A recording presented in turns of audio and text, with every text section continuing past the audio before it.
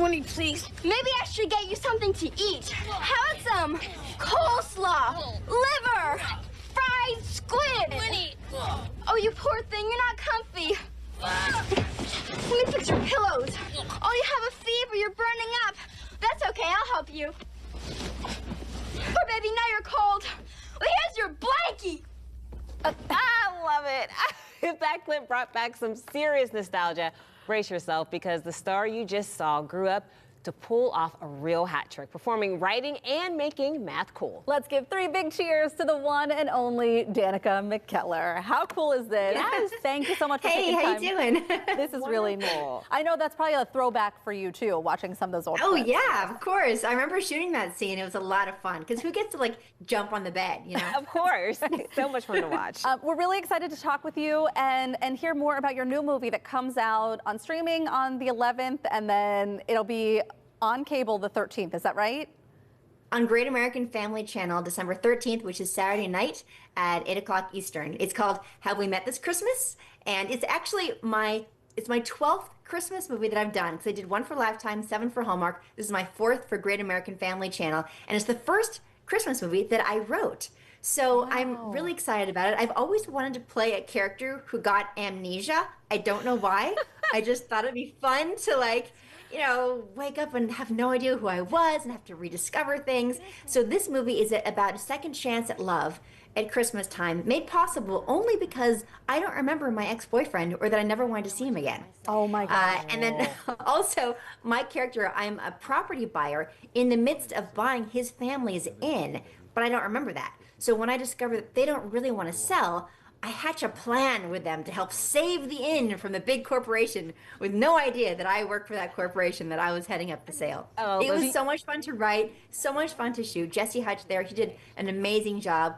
And his character, he wants to tell me who I am, although he is enjoying this, you know, because we fall in love again, right?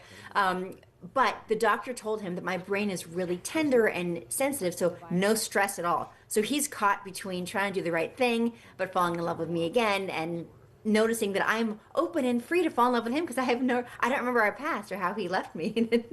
Anyway. Oh gosh. Do you think that the amnesia thing has anything to do with soap operas? I feel like we all grew up watching soap operas where like at least once a year somebody had amnesia. Right. No, it was so, I don't know what it is, but you're right. All those things implanted in us in our childhood that we get to like live out later. That's right. And what makes adulthood fun. It really does. Yeah, and so many people know you from your role as Winnie Cooper on The Wonder Years. How has that role influenced how you have chosen the roles that you choose now? Oh gosh, well here's the thing. So Great American Family Channel is so wholesome, and it's family entertainment. Anybody can turn it on and watch it, and you end up feeling that sort of warm and fuzzy happiness that comes from Christmas time, and knowing that there's going to be a happy ending. And while The Wonder Years didn't necessarily have the happy ending that everybody wanted, it was still that family entertainment that the whole family could watch together. And I really think that's influenced the way I have gravitated towards these roles, and a network like Great American Family that it just embodies that. And I love telling stories where there's no real bad guy. So it's not like there's somebody who's got selfish or evil motives. It's just, I lost my memory and I'm earnestly falling in love with my ex-boyfriend without realizing it, and he wants to do the right thing too. And so we get caught up in all sorts of interesting conflict and situations, but with everyone doing their best. Well, we mentioned that, I mean, that was the first movie that you wrote, which is really cool, but you are a writer in another sense too. With a math degree, you have written a book called I Love You 100. Tell us about this. Well, I've written 12 books, so isn't this interesting? 12 Christmas movies and 12 math books. It's been 20 years now that I've been writing these books. They're all at McKellarMath.com. I've got books for ages babies through high school geometry. I took a break from acting right after the Wonder Years, in fact, to get a degree in mathematics. My mission is to make math accessible and fun and take the stress off of it, because I want our kids to grow up feeling confident about numbers and themselves and their finances. I Love You 100 is for kindergarten age. It teaches kids how to count to 100. So big numbers are not scary. We're associating them with love. And it's all in the context of the unconditional love between a mom and her son, which is sort of modeled after me and my son, Draco, although he's 15 now, he's much bigger. But every page shows a different situation, whether he doesn't want to take his nap like you just saw, whether he's happy, sad, making a mess, whatever it is, the mom still loves him. I remember when I was 5 years old and I was running down the hall with scissors and my mom stopped me and she yelled at me. And then she took the scissors out of my hand. And I remember after she was done yelling, I said, well, can I have a hug? And she's like, of course, I still love you. And so just the importance of kids getting that message from their parents and what that actually looks like. Here's what unconditional love looks like. And with parents being so distracted and busy these days with their phones and like we're all pulled in so many different directions. Right. I love that this can be a tool for parents to share with their kids, to bond with them just by sitting and reading together, which is so important. And then also with this message of unconditional love. And it makes a great Christmas present if you have someone in your life with a little one as well. It really does. And we need some life advice here because I know so many young people and adults are intimidated by math. Do you have any suggestions on how to get people interested in it and loving it as you do? That's what I do with my books. And if you go to McKellarMath.com, you'll see there's a slider button for all the different ages and what books I recommend for that age. It's about recognizing that math is a language. And if it's not translated properly, it stays foreign, and that's intimidating. But the fact that math can be challenging is part of the gift of math because it strengthens our brains. Doing math is like going to the gym for your brain.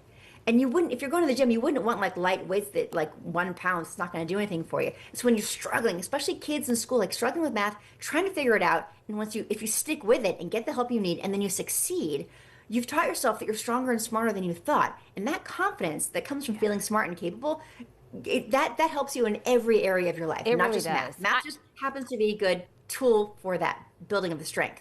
Yeah, I always say you can do hard things. That's right. Yes. Wait, Yes. I have one personal I just question. want to say, adults wanting to like learn math or catch up on math, Math Doesn't Suck, which is the first book that I wrote. That one teaches decimals, fractions, like everyday percent, things like that. Math Doesn't Suck. That's if you're an adult wanting to get better at math, I recommend that one. You mentioned your son is 15. What I have to know, I'm in this preteen years of like what's on the Christmas wish list. So what do you buy a 15-year-old?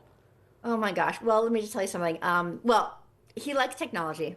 I mean, like the latest headphones or whatever. Right. But he just got his learner's permit to drive, and I am a wreck. I'm sure. Like 15. Okay, I'm just telling you, that's what's coming. He look, I think he's good so far. We've driven a couple parking lots. But oh my goodness. Nothing prepares you for letting your child get in the driver's seat. No, Oh my gosh. no. I don't know what else to say. It's What was just he thinking about an you? interesting adventure. Okay. Oh, thank you so much for taking some time to join us and talk to us about all the things. Thanks, My Danica. pleasure. It's great talking with both of you guys. Oh, thanks, Danica. What care. an honor. Happy holidays to you. fun. Danica's book, I Love You 100, is out now, and her new movie, Have We Met This Christmas, premieres next Saturday, December 13th. We're going to have more information on our website if you want to watch wonderful. it. So She's much great. fun. Coming up on Talk Pittsburgh, if your sweet tooth starts jingling as soon as December hits, we've got the perfect treat for you. Learn how to make an apple pie that's pure holiday happiness. That's next.